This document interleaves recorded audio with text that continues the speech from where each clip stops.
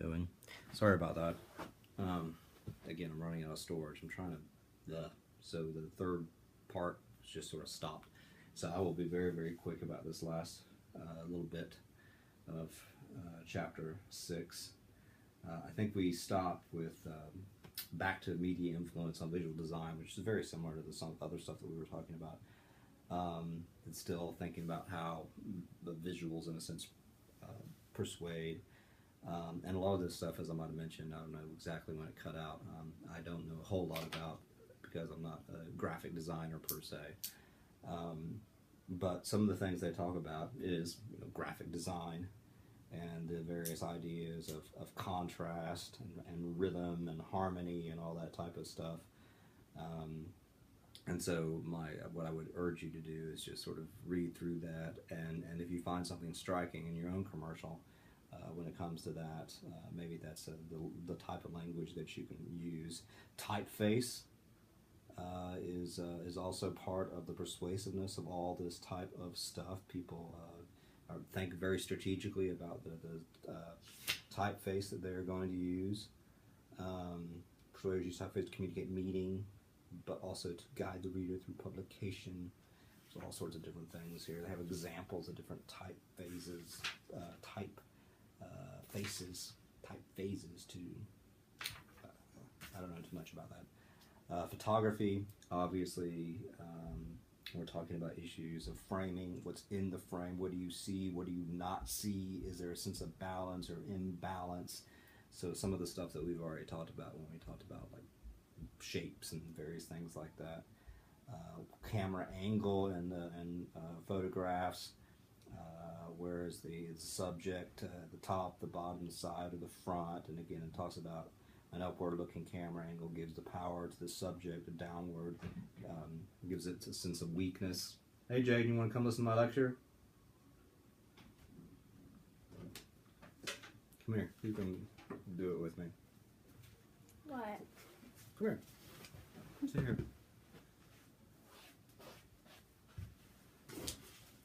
Okay, so you're going to teach us what persuasion is. What's persuasion?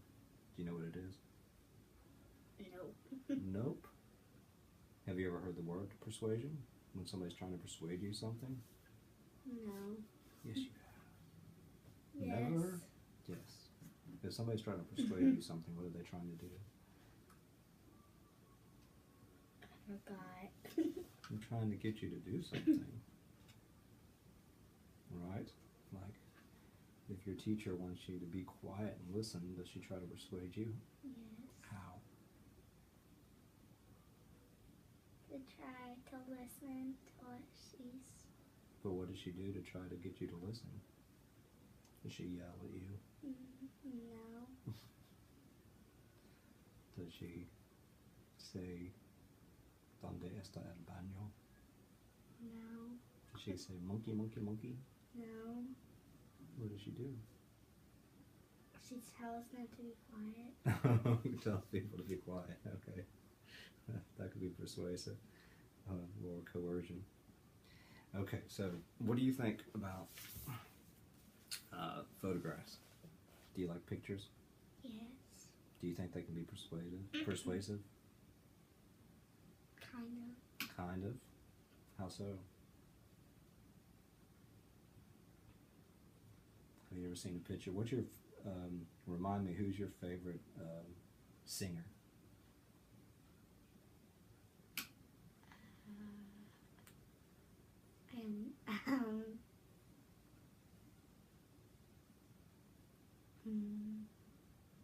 It's not Taylor Swift, is it? No. You ever said that one little girl on YouTube? Like the 14-year-old that you were telling me about? Oh, no. No. Is it Justin Bieber? No. Good for you.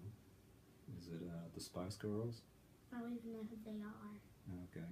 Yeah, well, you're missing out. That's what my friends told me, but I didn't know what it was. Culture Club, is that your favorite band? Actually, I kind of like the 13, 14-year-old. The 13, 14-year-old? Yeah. Okay. When she takes a picture, does she pose a certain way? When somebody takes your picture, how do you pose? You go pretty much, if I'm sitting, I pretty much just smile at the camera. You just smile at the camera. That's good. Did you know it says here that posing is part of the element of photography that influences how we perceive a picture? So if somebody is smiling, what might that mean? That they're happy. Okay. They look at the facial expression, so sometimes some people are happy. Yay. Sometimes people show strength or whatever, and so how people pose and how they use their facial expressions might help people who are looking at the picture to think certain things and not think other things, right? Yeah. Yeah. You know who this is right here? That's Mitt Romney. He ran for president. Did he win? Has Mitt Romney ever been president? No. No. Good for you. You have the same birthday as one of our presidents, right? Yeah. Who? George W. Bush. Good for you. Who do you think's going to be the next president? I don't know. I only know which one I want to win. Which one do you want to win? Hillary Clinton. You don't like Donald Trump? He's an idiot.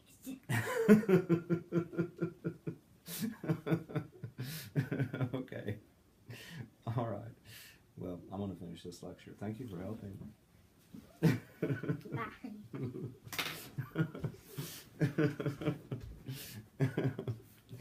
Oh, that's one of the best lecture ever. No, I don't want Donald Trump to win. Yeah, I know. I know you don't. Okay. Okay, then they talk about photographs and then motion pictures, the moving picture, films and stuff like that. I'll let you read that. And evaluating stuff. Look at the stuff on page 164. That stuff is important. I don't know anything. I'm not a film person, but they talk about all this stuff like frame, wipe, dissolve, cut, zooms, reaction, montage, all that type of stuff. That, you know, I'm not a film person, but this stuff is important. So read it. Television images, they talk about how TVs are smaller sometimes. Like, you know, we want to go see some sort of big thing in a movie theater. Like, it doesn't have the same impact, but, you know, we still get a sense of intimacy from the TV, partly because it's not living in that electronic intimacy. But that's another aspect of it, is this thing on TVs and how does that impact the whole visual aspect of it versus what I found really interesting actually is that they have, I don't think they used to have these, but when I've gone to the movie theater lately, which I don't, but I went to go see Star Wars last year, they have like Coke commercials and all this type of stuff. I used to be just previews. Now they have all these sort of random commercials that oftentimes you see on TV as well. Computer-generated images, which you see tons of. Photoshop, that create, again, it's not real anymore. But I'll let you read more about that. So, and then interactive multimedia is just sort of how all this stuff sort of works together. Particularly in advertisements on the web and blah, blah, blah, blah, blah. So the big idea here, again, is that as you are thinking about all this stuff and thinking about your commercial or any sort of visual communication that is intended to persuade, what's the graphic design? Does that have any impact on the persuasiveness and the effectiveness of it? What about the use of photography? What about the use of moving pictures? What about the use of televised images? What about the use of computer-generated images and all that type of stuff on the web, blah, blah, blah. And the main thing, with the last little thing, that was it. But, you know, they have at the end here of the chapter, evaluating images.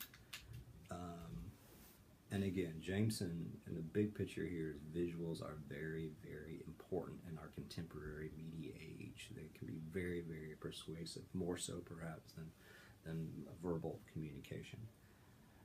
And one of the things she says that they're not testable as arguments. So we are vulnerable as consumers, as persuadees. And so we need to do a really good job of trying to evaluate what's going on. I do like the little Chico's thing that you can do on your own if you want to. But there are, I didn't put this on the PowerPoint, but there's some really interesting things here about,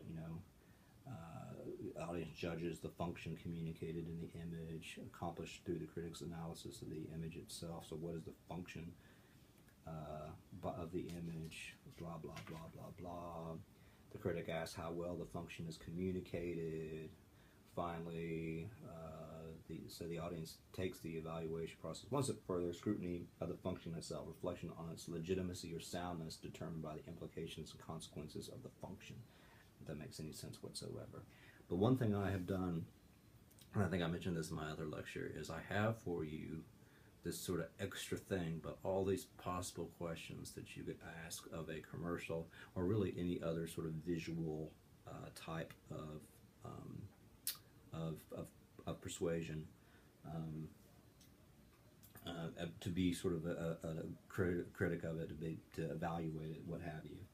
And it also is something that I mean intentionally to help you for your first paper. So when I say here underneath week 3 materials, questions to ask of commercial, I have all these different things in here that you can take a look at. And I said that before. What are all the signs? What are the ways the visuals, images are trying to persuade us? The images try to offer certain perspectives of reality, blah, blah, blah. So just tons of questions here that I think could be very, very helpful in thinking very critically about whatever advertisement that you are looking at. But then, of course, it's not just for the paper, it's for your life, to be an educated persuader and persuadee. So that's it. I'll leave it at that. Take care. And the next time, well, I'm flying out tomorrow back home to South Carolina.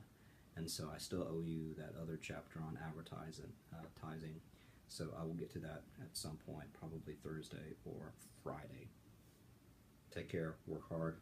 Let me know, as always, if you have any questions. Oh.